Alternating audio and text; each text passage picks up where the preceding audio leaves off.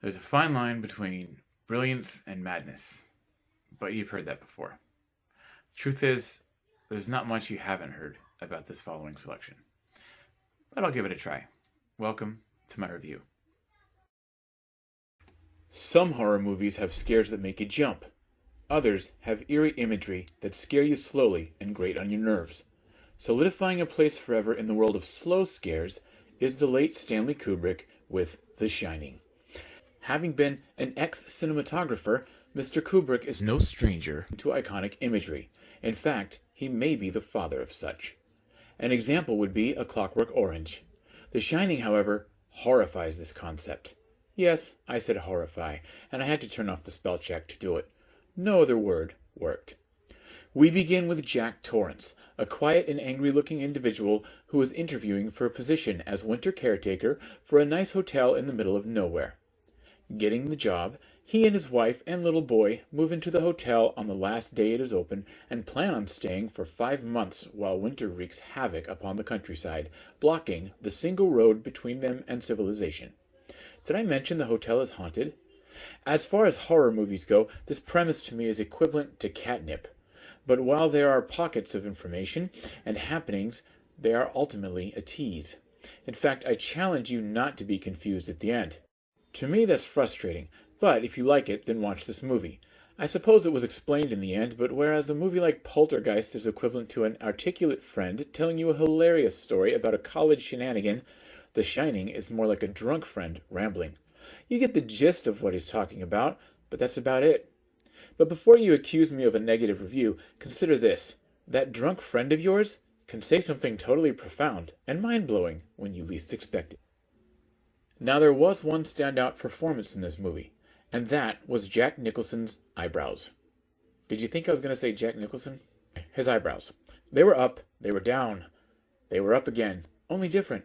In fact, I think there were 3 or 4 different ways Jack Nicholson lifted his eyebrows. There was the "Why can't the wife leave me alone?" lift. There was the "I think I'm going crazy" lift. Then there was the "I am crazy." Okay, that was a half-assed Nicholson impression, forgive me. Anyway, there's the 4th one I noticed, but I don't want to spoil anything.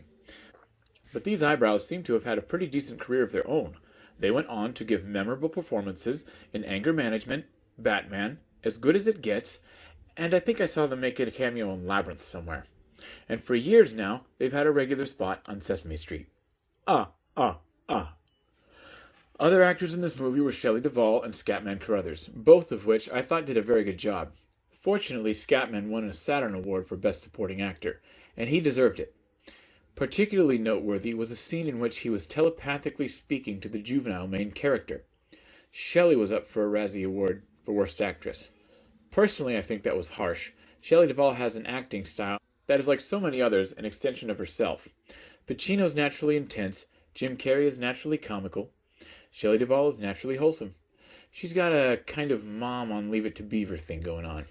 I thought her panic scenes looked pretty good, though.